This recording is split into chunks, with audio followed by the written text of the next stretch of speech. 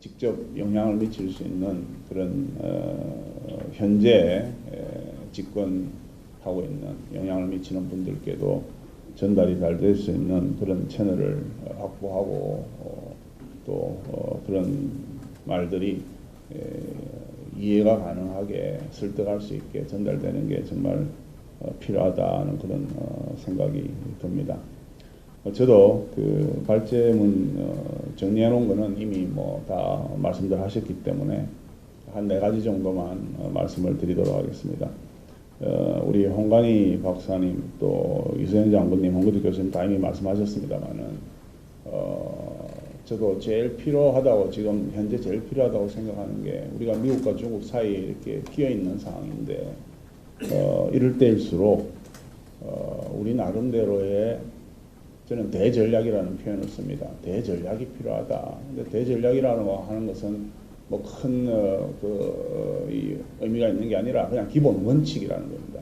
초당적으로 뭐 여당이든 야당이든 좀 진보적인 생각을 가진 사람이든 보수적인 생각을 가진 사람이든 간에 다 같이 공감할 수 있는 그런 원칙, 이게 있어야 된다. 그래야만 우리 미국과 중국 사이에 끼어 있는 우리나라가 성공적으로 살아나갈 수 있다라는 생각이 듭니다. 그래서 그걸 저는 대전략이라고 얘기를 하는데 뭐 핵심으로 얘기하자면 우리의 전략과 행동은 어떻게 보면 예측 가능해야 된다. 미국이 우리의 행동을 예측 가능하게 해야 만들어야 된다. 중국이 우리의 앞으로의 행동을 예측 가능하게 하는 게 우리 약자로서 강자 옆에서 살아가는데 훨씬 더 편할 수가 있다 하는 생각이 듭니다. 그래서 앞에서 말씀하신 그 군사 주권 문제, 적어도 한반도의 안보를 위해서는 우리의 군사 주권은 우리가 지키고 이거는 한미동맹을 바탕으로 한다.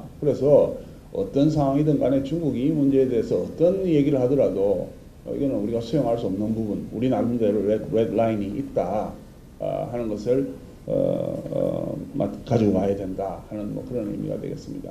또 미국에게도 저는 마찬가지라고 생각합니다.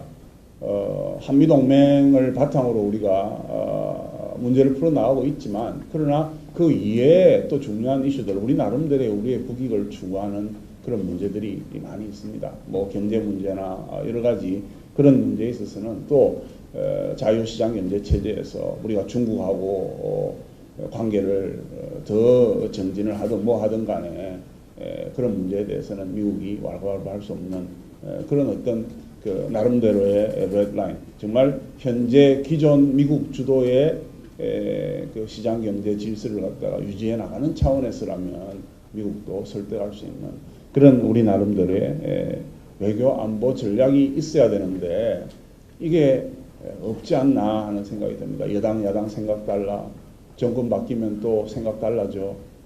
이런 문제 국민들이 공감대를 가질 수 있는 것들을 아주 조심스럽게 접근해서 만들어내야 된다는 생각이 듭니다. 미국과 중국 같은 나라들, 우리가 뭐 한미동맹 얘기합니다만은 미국이나 중국이 자국의 국가 이익에 대해서 손해를 보면서까지 한국의 국익을 추구하는데 도움을 많이 줄까요? 하는 저는 그런 큰 퀘스천 마크가 있습니다. 홍관희 박사님께서 미국은 한국하고 공조를 해서 북핵 문제를 해결하려고 한다라고 하는 전제로 이렇게 말씀을 하셨는데 저 충분히 공감합니다.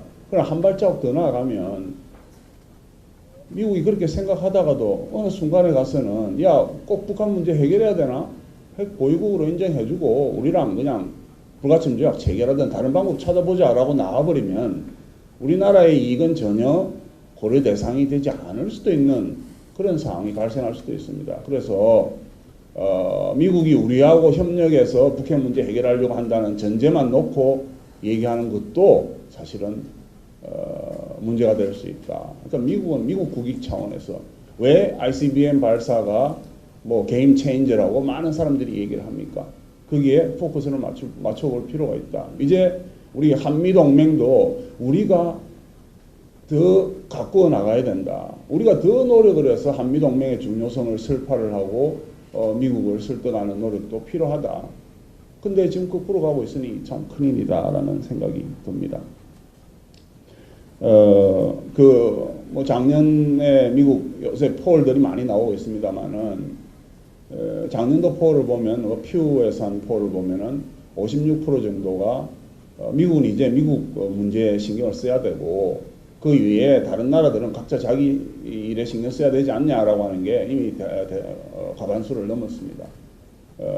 미국에서 아주 저명한 학자들, 뭐 미어샤이머나 월트나 이런 사람들은 뭐 시카고 쪽에서 온 사람들입니다만은, 저명한 학자들은 이미 벌써부터 역외 균형이라는 그 대전략을 갖다가 미국이 이제는 세워야 된다. 미국이 더 이상 이제 뭐 전 세계 패권 국가로서 세계 경찰 역할을 해서는 안 된다.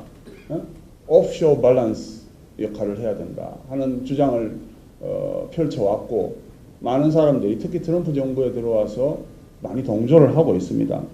이러한 그 역외 균형의 그 대전략에 설파하는 내용을 보면 뭐 다 아시겠습니다만은, 지역 문제, 각 지역의 문제는 지역 당사국들이 해결해라 라고 하는 게 가장 중요한 겁니다. 그리고 그러기 위해서 미국은 결국 해외 주둔군을 최소화해 나가야 된다. 이거는 어떻게 보면 우리 방위비 문제, 방위비 분담 문제나 전작권 전환 문제와 직결되는 그런 문제가 될 수 있습니다. 그리고 심지어는 꼭 만약에 우리가 아시아 지역이든 어느 지역이든 가서 우리 국가 이익을 확보하기 위해서 싸워야 될 것 같으면, 먼저 그 지역 국가들이 싸워서 피를 흘리고 우리가 나중에 들어가야만 우리가 손해를 적게 본다. 그리고 이길 수 있다.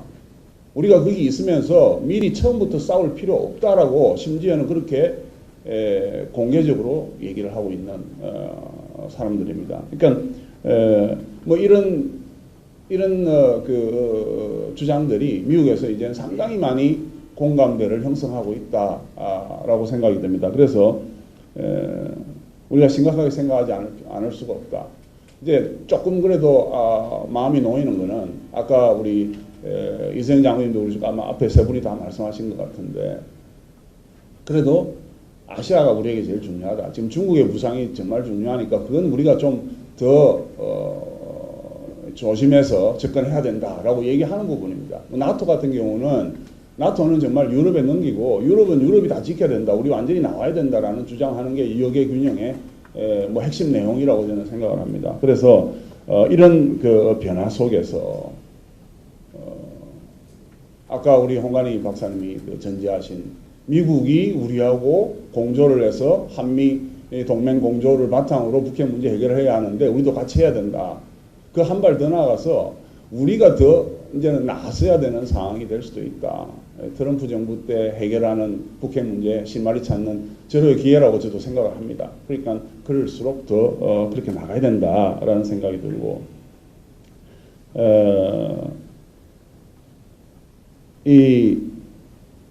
이제 그렇게 굳건한 한미 동맹을 바탕으로 모든 문제를 해결해 나가려면, 북핵 뭐 해결하고 한국이 통일되고 나서도 한미 동맹이 계속 유지되고 이렇게 하려면 우리가 미국을 설득을 해야 되는데, 그렇게 하기 위해서는 뭐 우리가 부족한 부분이 너무 많다고 생각을 합니다. 국내에서도 그렇지만 미국 내에서도 우리가 정말 그런 튼튼한 네트워크를 갖다가 확보하고 계속 이 양성해 나가느냐, 키워 나가느냐, 주요한 인사들, 여론 주도자들하고의 우리의 관계, 이렇게 지한파, 친한파들을 많이 우리가 가지고 있고 또 육성하고 있느냐 하는 문제, 이 문제들 정말 심각하다는 생각이 듭니다. 뭐 그런 차원에서 본다면 국방부도 마찬가지, 군사 외교 더 적극적으로 뭐 외교부를 보든 BH를 보든 그보다 더 한 발짝 나아가서 더 적극적으로 군사 외교에 해야만 되겠다는 생각이 듭니다. 물론 그 역의 균형을 주장하는 학자들과 또 대비되는 주장도 있습니다. 그러니까 뭐 중국이 미국을 곧 따라잡게 되니 그래서 미중 패권 경쟁 구도가 형성된다. 라고들 다들 얘기하고, 그래서 그 미중 패권 경쟁 구도 속에서 우리가 어떻게 해야 되느냐 고민을 합니다만은, 또 하나의 큰 미국에서 연구하는 그 학자들의 주장은 중국은 결코 따라잡을 수 없다. 심지어는 냉전 시대 미소 간의 관계에 비교를 하더라도 지금 신냉전 시대 뭐 미중 관계라고 하지만 미국이 소련으로부터 느꼈던 그 격차보다 중국으로부터 느끼는 격차는 훨씬 더 크다. 그러니까 아직 뭐 결코 따라올 수 없다. 뭐 이렇게 얘기를 하는 학자들이 많습니다. 물론 이제 보면은 그 기술, 테크놀로지 문제, 뭐 이제 지식재산권 문제, R&D 문제 이런 부분에 많이 집중을 하고 또 과거에 비해서 현재는 이제 경제적인 그 힘이 군사적인 힘으로 빨리 전환되는 그런 시기가 더 이상 아니다라고 얘기를 합니다. 그래서 심지어는 뭐 유엔에서 보고서에서 보면은 총괄적 부라는 표현을 쓰는데, 그러니까 뭐 inclusive wealth라고 합니다. 뭐 총괄적 뭐 경제 뭐 이렇게 얘기할 수 있겠죠. 그런 어떤 그 유엔 보고서에서 보면 미국이 중국보다 4.5배나 더 크다 그 규모가. 그러니까 이건 뭐 지금 중국이 미국을 따라잡는다 이거는 그냥 하는 소리다라고 하는 학자들도 있습니다. 그래서 양쪽이 지금 대비를 하고 있는데 우리는 그런 어떤 여지가 있어야만 우리 나름대로 영향을 미칠 수 있는 네트워크를 확보할 수 있는 겁니다. 그러니까 미국 정부와 한국 정부하고의 어떤 협상 관계 뿐만이 아니라 그 협상이 진행될 때는 한국 정부와 한국 국내 뭐 이익집단, 시민단체, 뭐 진보 보수하고의 관계 정말 중요합니다. 미국도 마찬가지라는 거죠. 미국도 미국 정부, 한국 정부뿐만 아니라 미국 정부와 미국 국내 여권 주도자들, 전문가들, 이익집단들하고의 관계가 아주 중요합니다. 그래서 우리는 미국 정부만을 상대해가지고는 많은 걸 다 얻어낼 수 없기 때문에 이런 전문가들의 어떤 그 관계에서 우리 나름대로의 그 입지를 갖다 확보하는 것도 중요하다. 이 문제는 뭐 FTA 문제 다 저는 적용된다고 봅니다. 방위비 분담 문제, 전자권 전환 문제 이런 것들이 다 미국과 한국 정부가 협상에 들어갈 때 우리는 미국 정부로부터 뭐 협상을 유리하게 풀기가 트럼프 정부로부터 협상을 유리하게 풀기가 쉽지가 않다면 미국에서 정부의 입장과 다르게 생각하는 그런 이익 집단들, 뭐 미국 경제에 관련된 이익 집단들도 많습니다. 전문가들도 많고 그런 쪽과의 이 네트워크 활용 이런 것도 중요하기 때문에 정말 우리가 절실한 거는 미국 내에서 우리나라를 이해하고 우리나라와 관계를 잘 유지해 나가는 게 중요하다고 생각하는 이런 사람들하고의 관계를 계속 발전시켜 나가는 것 정말 중요하다는 생각이 듭니다. 북한 문제 해결 방안에 있어서는 한국 정부가 남북 관계에 운전석에 앉으려 하고 있습니다. 뭐 저도 동의합니다. 남북 문제인데 한국 정부가 당연히 운전석에 앉아야 되겠죠. 그러나 남북 문제라고 하는 것은 북핵 실마리가 보여야 가동이 되는 거다. 결국은 북한 핵 문제 해결이 먼저고 그게 진행이 되다 보면 남북 문제가 개선될 가는 여지가 생길 수 있다. 그러니 아무리 우리가 운전석에 지금 혼자 앉아 있다 하더라도 뭐 시동이 걸리지를 않습니다. 그래서 결국은 북핵 문제를 해결할 실마리를 찾기 위해서라도 그 운전대는 한국과 미국이 같이 잡아야 된다. 이런 뭐 우리 홍관희 교수님 지적한 거하고 저는 100번 동의를 하는 부분입니다. 이 실마리를 그럼 어떻게 찾느냐? 우리 이수영 장군님 지금 가셨습니다만은 뭐 저는 100% 같이 동의를 합니다. 김정은이 정권 유지에 위기감을 느끼도록 해야만 핵무기를 포기할 가능성이 조금이라도 생긴다. 그러니까 정권이 흔들려야만 지금 핵무기가 중요한 게 아니라 정권 유지를 위해서 내가 어떻게 해야 되겠다라는 생각을 가질 수 있다는 겁니다. 그렇게 하기 위해서는 저는 한 두 가지 정도 생각해 봅니다. 중국 쳐다보고 있으면 소용없습니다. 이제 다 알지 않습니까? 중국이 뭘 해주리라고는 기대할 수 없습니다. 중국은 중국의 국가 이익의 바탕으로 북핵 문제에 접근합니다. 그래서 결국은 지금 미국이 하려고 할 때, 미국이 미국의 이익이라고 생각할 때 이 기회를 잘 활용을 해서 미국이 세컨더리 보이콧을 시작하면 우리 적극 동참을 해야 됩니다. 가장 중요한 거는 통치 자금줄을 죄는 거. 저는 그게 가장 지금 현재로서는 가장 효과적인 대안이 아닌가 하는 생각입니다. 그 외에는 없다. 통치자금줄 쪼는 거. 뭐 중국이 원유를 갖다가 공급을 하고 러시아가 원유를 공급하면 그거 막아라 끊으라고 했을 때 들어줍니까? 들어주면 좋지만 안 들어주는데 어쩝니까? 그럼 할 수 없습니다. 그거는 그대로 계속 줄여달라고 얘기를 함과 동시에 세컨더리 보이콧을 미국 혼자라도 강력하게 추진해 나갈 수 있도록 한국이 적극적으로 협력을 해야 된다는 것. 두 번째는 뭐 미사일 실험이나 핵 실험이나 이런 거 있을 때 즉각적으로 반드시 저는 뭐 대응 보복을 해야 된다고 생각합니다. 이번에 문 대통령께서 잘 하셨다고 생각을 하는데 마찬가지로 저는 가급적이면 대규모 한미 연합 군사 훈련 더 강도 높게 더 횟수도 더 자주 실시를 할 수 있으면 해야 된다. 만약에 미사일 실험이나 핵실험 같은 거 있으면은 정말 북한이 깜짝 놀랄 정도로 대규모로 군사훈련을 바로 즉각적으로 실시를 해야 됩니다. 그래서 많이 연합 군사훈련을 실시하면 할수록 인민군 피로감 틀림없이 느낄 때고 통치자금 틀림없이 줄어듭니다. 그래서 그런 어떤 형태로 얼마나 오래 걸릴지 모르지만 그렇게라도 정권을 위협하는 그런 차원으로 가지 않으면 북핵 실마리 찾기가 쉽지 않겠다 하는 그런 생각이 듭니다. 그래서 김정은이 대화 테이블로 나올 때 그 다음에 어떻게 풀어나가야 될지 하는 플랜을 가지고 있어야 되지 않나 하는 생각이 듭니다.